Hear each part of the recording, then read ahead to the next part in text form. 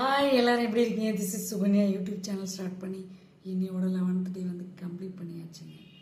So என்னோட channel name உன்னை பற்றி யோசி திங்க் அபவுட் யுவர் செல்ஃப். உங்களுக்கு தெரியும் எந்த ஒரு விஷயத்தை ஸ்டார்ட் பண்ணாலும் this is my mom Padmavathi இவங்களை நினச்சி தான் ஸ்டார்ட் பண்ணுவோம்.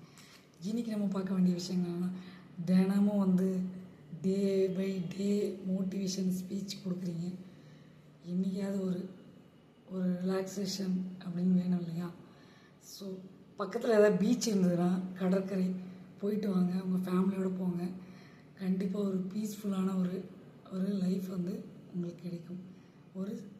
ஒரு சில நிமிடங்கள் இல்லை, ஒரு 1/2 hour 1 hour ஸ்பெண்ட் பண்ணுங்கள். ஃபேமிலி மெம்பர்ஸ் கூப்பிட்டு போங்க. ஸோ மைண்டு ரிலாக்ஸாக இருக்கும். சரிங்களா? சாங் கேளுங்க, உங்களுக்கு பிடிச்சமான சாங் கேளுங்க. நிறைய பேருக்கு சிங்கிங்க்கு டேலண்ட் இருக்குங்க. டேலண்ட் இருக்கவங்க போயிட்டு நாமக்கல்லில் உங்களுக்கே எல்லாமே தெரியும். நாமக்கல்லில் கண்டக்ட் பண்ண போகிறாங்க, ஆடிஷன் வைக்கிறாங்க. அதனால் நீங்கள் போய் கலந்துக்குங்க. கலந்துக்கிட்டு உங்கள் டேலண்ட்டை வெளிப்படுத்தினீங்கன்னா நீங்கள் வெற்றியாளராக மாறிடலாம். தயக்கம் மட்டும் படாதீங்க எந்த காலத்துலேயும். ஐயோ அவன் எதை சொல்லுவான், இவன் அதை சொல்லுவான், நமக்கு தேவையா அப்படின்னு அதான் மட்டும் யோசிக்காதீங்க. உங்களுக்கு டேலண்ட் இருந்ததுன்னா அதை நீங்கள் ஃபுல்ஃபில் பண்ணுங்கள். ஸோ அதை சொல்கிறேன். கடற்கரைக்கு போங்க, பீஸ்ஃபுல்லாக இருக்கும், மைண்ட் ரிலாக்ஸாக இருக்கும். உங்களுக்கே ஒரு ஐடியா கிடைக்கும்.